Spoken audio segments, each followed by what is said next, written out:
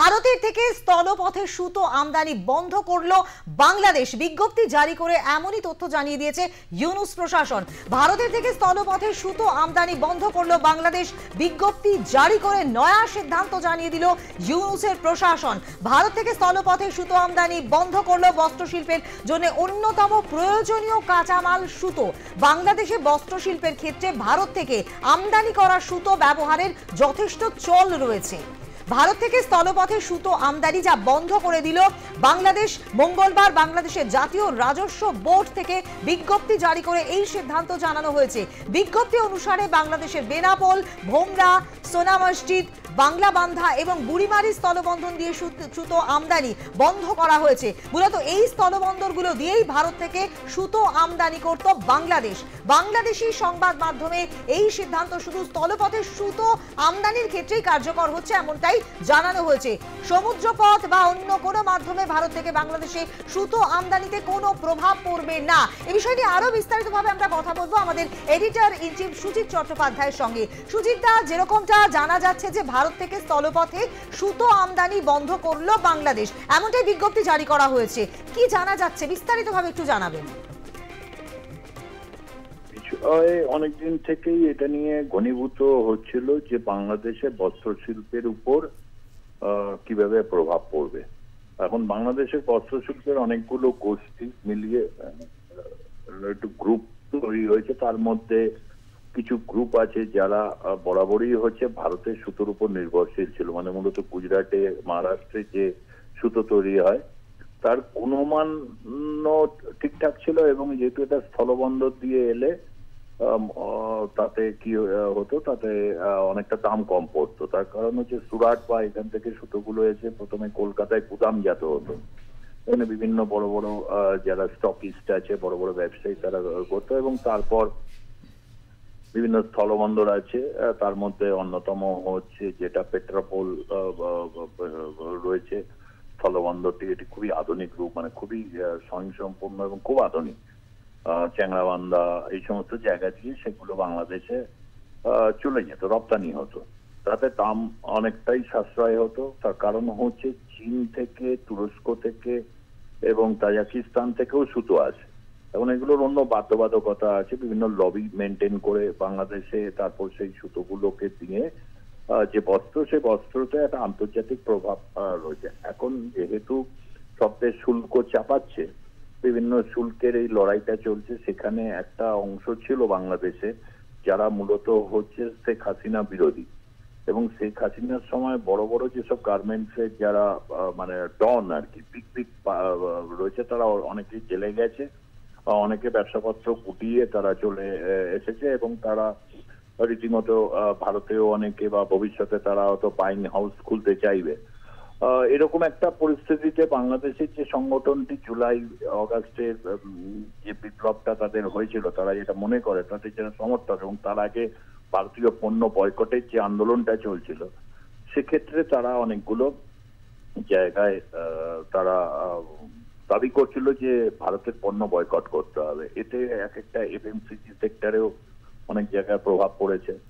2 নম্বর হচ্ছে বিদ্যুতের একটা বড় ব্যাপার, সেক্ষেত্রেও পেমেন্ট বাকি থাকার কারণে আদানি গ্রুপের সাথে যে সম্পর্ক, এবং সেখানে টাকা পয়সা দিয়ে আপাত সমস্যাটা তারা মিটিয়েছে।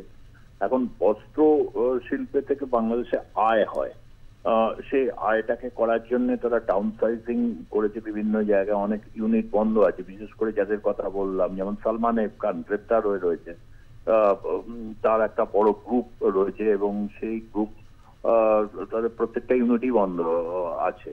বসুন্ধরা গ্রুপ, এরকম অনেকগুলো গ্রুপ আছে যারা আর কি ইতিমধ্যেই তারা বন্ধ হয়ে গেছে, এবং শিফট করে তারা চেষ্টা করছে অন্য জায়গায় প্রোডাকশন হাউসগুলো নিয়ে যাওয়া, বা তারা হয়তো সরাসরি এবার বাইং হাউসে রূপান্তরিত হবে, দীর্ঘদিনের তাদের যেহেতু অভিজ্ঞতা রয়েছে। এমতো পরিস্থিতিতে তাই কারণে হচ্ছে বাংলাদেশ এরকম একটা সিদ্ধান্ত নিয়েছে। ট্রান্সশিপমেন্ট বন্ধ হয়েছিল, সেক্ষেত্রে ভারত যে লজিকটা দিয়েছিল যে ভারতীয় যারা পণ্য উৎপাদন করে তাদের ক্ষেত্রে অনেক ডিলে হচ্ছিল। তার কারণ হচ্ছে ট্রান্সশিপমেন্ট করতে গেলে জাহাজে মালগুলো বাংলাদেশ থেকে যে প্রোডাক্ট যারা তাদেরটাকে ছেড়ে তারপর হচ্ছে অনেক ক্ষেত্রেই ইন্ডিয়ান প্রোডাক্ট গুলো তখন মানে শিপমেন্ট হতো। এই ট্রান্সশিপমেন্টের ক্ষেত্রে ভারতীয় ব্যবসায়ীদেরও একটা অনেকদিন ধরে গিয়েছিল যে বাংলাদেশ যখন এতই ভারতীয় বিদ্বেষ ছড়াচ্ছে বা ভারতকে জিনিস নিয়ে তাদের এতই সমস্যা, তাহলে তাদেরটা বন্ধ করে দেওয়া হোক। এবং ভারত কিন্তু দীর্ঘদিন হলো কূটনৈতিক স্তরে প্রতিবেশী দেশ বলে যেটাকে রাখলেও পরবর্তী ক্ষেত্রে ট্রান্সশিপমেন্টটা বন্ধ করে দেয়। তারই পাল্টা হিসাবে যখন ওটা বন্ধ হয়ে যাচ্ছে, স্থলবন্দর দিয়ে নিয়ে এলে সেটা একটা পাল্টা তারা জবাব দিয়ে দিল। এবং আগামী দিনে হয়তো এই টার্কি, তাজিকিস্তান, তুরস্ক এখান থেকে সুতো নিয়ে আসবে এবং বাংলাদেশেও সুতো উৎপাদন বিভিন্ন জায়গায় একটা বিষয় বলতে চাই, বাংলাদেশে বস্ত্রশিল্প মালিকদের যে সংগঠন, তাদের নাকি দাবি ছিল যে যাতে দেশীয় যে সমস্ত সুতো তার ব্যবহার যাতে বৃদ্ধি করা হয়, তার জন্য এরকম একটা পদক্ষেপের দাবি তারা জানাচ্ছিলেন। বস্ত্রশিল্পের একমাত্র সংগঠন না, বস্ত্রশিল্পের অনেকগুলো সংগঠন আছে। সেই সংগঠনের মধ্যে যারা খুব বড় ব্যবসায়ী যারা ছিল, যাদের কথা বললাম আর কি, শেখ হাসিনার সময় যারা পুষ্ট হয়েছে, সেই সংগঠনের থেকে এখন যে সংগঠনটা রয়েছে, যারা এই জুলাই অগাস্টের সময় প্রত্যক্ষভাবে সমর্থন দিয়েছে, তাদের একটা দাবি ছিল যে বাংলাদেশের যে সুতো উৎপাদন হয় সেই সুতো উৎপাদনে দিয়ে তারা বানিয়ে ফেলতে পারবে এবং বাদ বাকি যেটুকুনি লাগবে চীন, তুরস্ক এখান থেকে নিয়ে এসে তারা ওটাকে সামাল দেবে। এখন সেই সিদ্ধান্তই হয়েছে। তাতে বাংলাদেশের কতটা কি উপকার হবে সেটা ভবিষ্যৎ বলবে। এখন দেখো তাদের দেশ, তারা যে সিদ্ধান্ত নেবে সেই সিদ্ধান্ত মোতাবেক তাদের চলতেই হবে। কিন্তু ভারতের কতগুলো জায়গায় ভারতের এই যে সুতো, এমন নয় যে ভারতের সুতোর বায়ার নেই, প্রচুর বায়ার আছে। ভারতবর্ষেও ফিনিশড গার্মেন্টস এর খুবই ভালো রয়েছে, পশ্চিমবঙ্গেই আছে। পশ্চিমবঙ্গে মেটিয়াপুরে ফিনিশড গার্মেন্টস তৈরি হয়, জিন্স তৈরি হয়, অনেক কিছু তৈরি হয়। ফলে ভারতীয় ব্যবসায়ী সংগঠনগুলোরও তো একই দাবি ছিল। তারা বলছিল যে বাংলাদেশের এই সুতো ট্রান্সশিপমেন্টে তৃতীয় পক্ষের দেশে যাবে, তার জন্য তাদের অসুবিধা হচ্ছিল।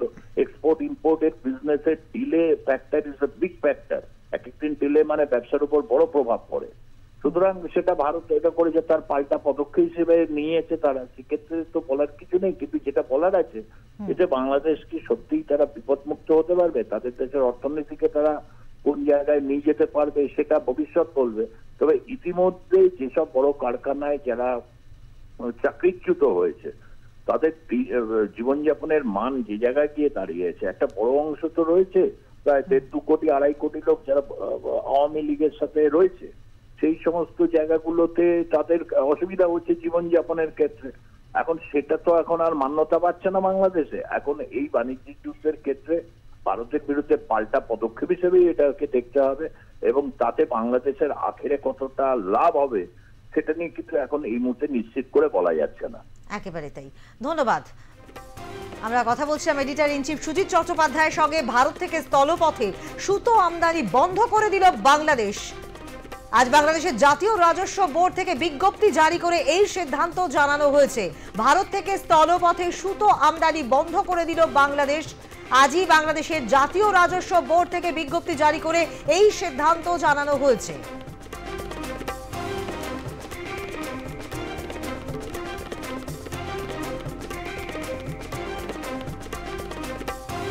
আপনাদেরকে আরো একবার জানিয়ে রাখি, ভারত থেকে স্থলপথে সুতো আমদানি বন্ধ করে দিল বাংলাদেশ।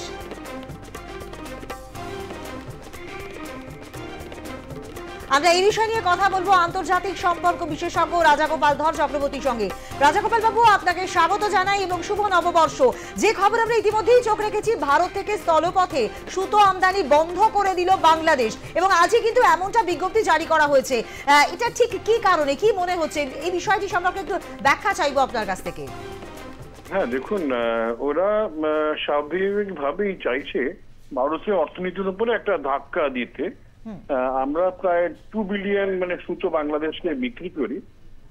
বেশ লার্জেস্ট, বাংলাদেশ আমাদের থেকে সবচেয়ে বেশি সুতো কেনে এবং ওদের রেডিমেড গার্মেন্টস তো একটা সময় বা এখনো মোটামুটি হবে ওরা জগতের একটা সবচেয়ে বেশি রেডিমেড গার্মেন্টস এর ওরা পজিশনে ছিল এবং প্রায় 70% ওদের দেশের এক্সপোর্ট আসে রেডিমেড গার্মেন্ট থেকে। সুতো খুব প্রয়োজন হয়, ওরা আমাদের দেশ থেকে কেনে, আমেরিকা থেকে কেনে, বেনাইন থেকে কেনে, অনেক দেশ থেকে কেনে। এখন ওরা আমাদের দেশ থেকে কিনে আনা ঠিক করেছে, তো বেশ বড় অঙ্কের টাকা আমরা ওদেশে এক্সপোর্ট করি এটা আমাদের যারা কটন ইন্ডাস্ট্রির তো একটা নিঃসন্দেহে বড় ধাক্কা। একটা 8 মাস ধরে চলছে, এখন নিশ্চয়ই যারা কটন ইন্ডাস্ট্রি পরিচালনা করেন তারা নিশ্চয়ই বিকল্প মার্কেটের সন্ধানে যারা গেছেন। আমরাও মানে ব্রাজিলে বিক্রি করি, আমরা ভিয়েতনামে বিক্রি করি, হ্যাঁ চায়নায় বিক্রি করি। এখন সেখানকার মার্কেটটাকে আমাদের না বাড়াতে পারলে আমাদের কটন ইন্ডাস্ট্রিতে একটা কিন্তু মন্দা আসার সম্ভাবনা রয়ে গেছে। ওরা নিজেদের মানে ভারতের ক্ষতি করে ওরা নিজেদের ক্ষতিটা বেশি করতে চাইছে, কিন্তু ওদের একদম এই জায়গাটাই প্রশ্ন যে বাংলাদেশের আখেরে কতটা লাভ হবে এতে? বাংলাদেশে লাভ হওয়ার সম্ভাবনা খুবই কম। অন্য দেশ থেকে আনতে গেলে যে সময় লাগবে, যে ট্রান্সপোর্ট খরচ লাগবে, স্বাভাবিকভাবেই সে তার ইফেক্টটা রেডিমেড গার্মেন্টস এর উপর পড়বে এবং তার ফলে ওদের রেডিমেড গার্মেন্টস বিদেশের বাজারে আরো কিন্তু মানে বাজার তো হারাচ্ছে, দাম বেড়ে গেলে বাজার তো নিঃসন্দেহে আরো বেশি আরো হারাবে। এই বোকামিটা ওরা করছে ভারতকে মারতে গিয়ে। এখন দেখা যাক, ভারতকে তার বিকল্প ভাবতে হবে। এখন মানে এতে যে বাংলাদেশের সুবিধা হবে তা নয়, এখন ভারতকে অন্য অনেক জিনিস যেগুলো আমরা বাংলাদেশে বেছি ওরা সেগুলোও আটকাবে বলে আমাদের এখন মনে হচ্ছে, এবং তার ফলে তারও বিকল্প মার্কেট কি করে তৈরি করা যায় ভারতের সেই দিকের ভাবনা চিন্তা করা অত্যন্ত জরুরি। একেবারেই। ধন্যবাদ। আমরা কথা বলছিলাম আন্তর্জাতিক সম্পর্ক বিশেষজ্ঞ রাজাগোপাল ধর চক্রবর্তীর সঙ্গে। বাংলাদেশে ইতিমধ্যেই কিন্তু যে খবরে আমরা চোখ রেখেছি, স্থলপথে সুতো আমদানি বন্ধ করে দিল ভারত থেকে বাংলাদেশ মঙ্গলবার, এমনটাই কিন্তু বিজ্ঞপ্তি জারি করে এই সিদ্ধান্তের কথা জানানো হয়েছে। বিজ্ঞপ্তি অনুসারে বাংলাদেশে বেনাপোল, ভোমরা, সোনা মসজিদ, বাংলা বান্ধা এবং বুড়িমারি স্থলবন্দর দিয়ে সুতো আমদানি বন্ধ করা হয়েছে। মূলত এই স্থলবন্দরগুলো দিয়েই ভারত থেকে সুতো আমদানি করত বাংলাদেশি এই সিদ্ধান্ত শুধুমাত্র স্থলপথে সুতো আমদানি ক্ষেত্রেই কার্যকর হচ্ছে। সমুদ্রপথ বা অন্য কোনো মাধ্যমে ভারত থেকে বাংলাদেশি সুতো আমদানির কোনো প্রভাব পড়বে না।